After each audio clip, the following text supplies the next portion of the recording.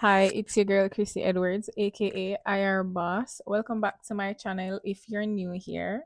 So, today I'm lecturing my International Relations 2 course at one of our universities in Jamaica. But I'm looking at a topic that is central across the world in political science. I'll be looking at the three branches of government. So, that's the executive, legislative, and the judiciary.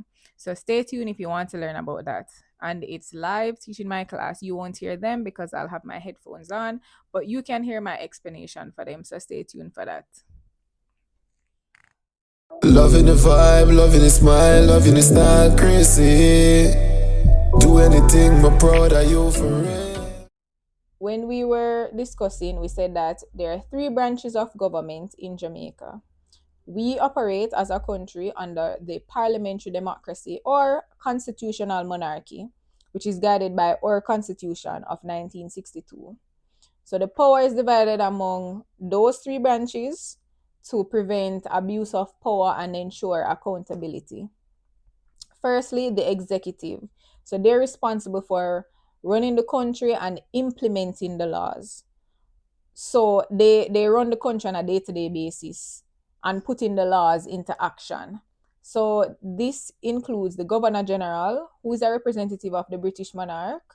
They're the head of state because we still recognize the king as head of state. So the Governor General is just a representative. The Prime Minister, who is the head of government. We know that the Prime Minister is dependent on the party that wins majority of the seats in a general election. Then we have cabinet. So cabinet is made up of senior ministers appointed by the prime minister. And the executive implements and enforces laws passed by parliament. They develop national policies, education, whether it be on education, health, tourism, security, whatever it is, but they develop national policies and execute them. They manage the government ministries and public bodies. They represent Jamaica internationally, and they sign treaties, agreements, MOUs, Memorandum of Understanding. They prepare the national budget.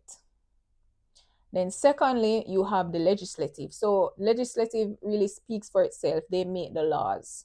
So, the legislative branch of Jamaica or within Jamaica is the lawmaking authority. And this is known for us as the Parliament of Jamaica. So, the Parliament is bicameral, meaning it has two chambers. Two chambers, upper and lower house. So you have the House of Representative, who are elected members of Parliament. So we, the people, elect them. And then you have Senate. Senate, those are appointed by each party. So you have opposition Senate and ruling Senate. Senators of the ruling party. And they function under this structure as they draft, debate, and pass law. They approve the national budget. They represent the interests of the people.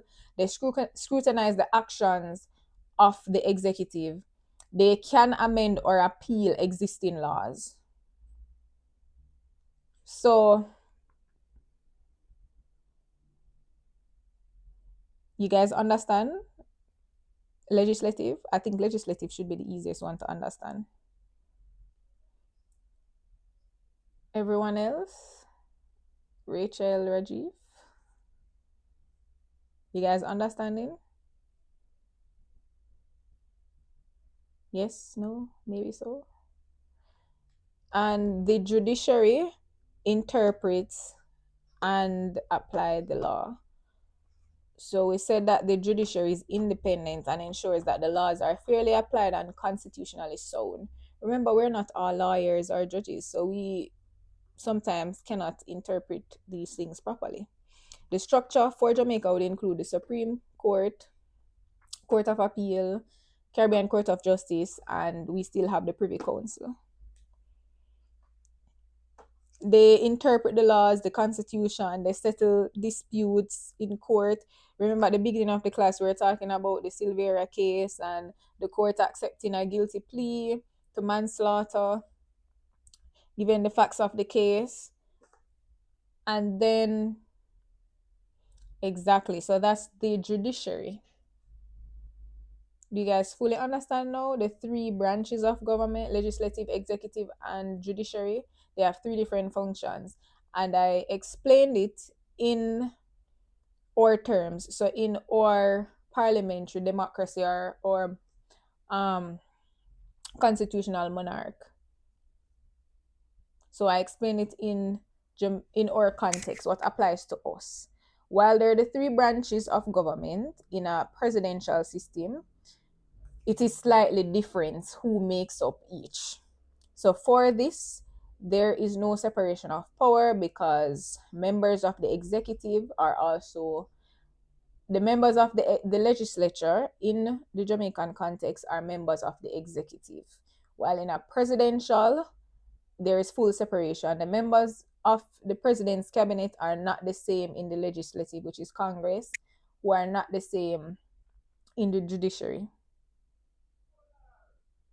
You guys understand?